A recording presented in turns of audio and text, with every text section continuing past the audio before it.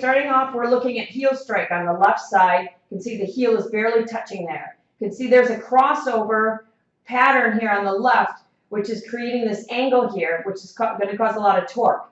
Here's the right leg where there is femoral adduction. Again, there's the tip of the heel, but not as much as the left. So going back to the left leg, we're going to spend some time here because there's some significant things we need to look at.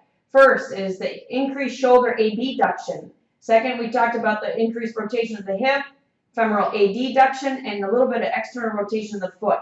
This causes almost, you can see that torque going through the body during mid-stance. Here's the right leg where there's also femoral adduction, but not as much torque. Now here again, looking at the right side, just seeing it from both angles of these mid-stance. Here we're looking at the interesting phenomenon of the compensation of femoral adduction and the shoulder abduction. Kind of an interesting thing we'll be working on. Here we've got an important piece because we're looking at the impact.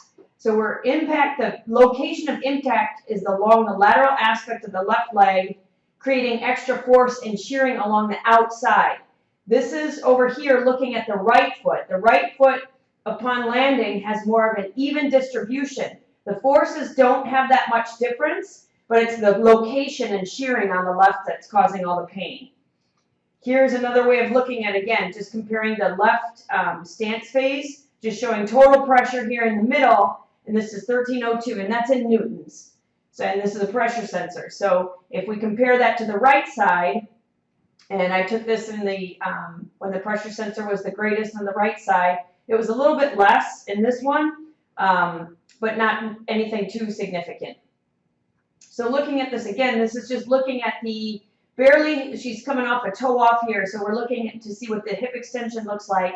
And again, toe off on the right, you can see the toe is barely coming off. And here's an interesting comparison coming up. Looking at the hip extension on the left side, it's nice and straight through here. On the right side, limited a little bit in extension, but look at the trunk extension that's compensating as well. Finally, on the written report, this is looking at a center of pressure diagram.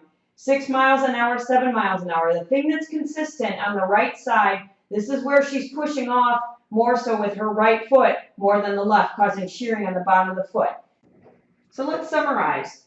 First thing is that wicked crossover on the left side of the left lower extremity. Is it weak glutes? Is it tight adductors? Probably a little bit of both, so we've got to go after both of those. Compensatory shoulder abduction with femoral adduction during stance phase. That's a big energy loss, so we're going to need to attack that. Next, we've got to change the location of impact on the left lower extremity because the pressure upon landing is causing shearing along the lateral aspect of the lower extremity up through the knee and the hip.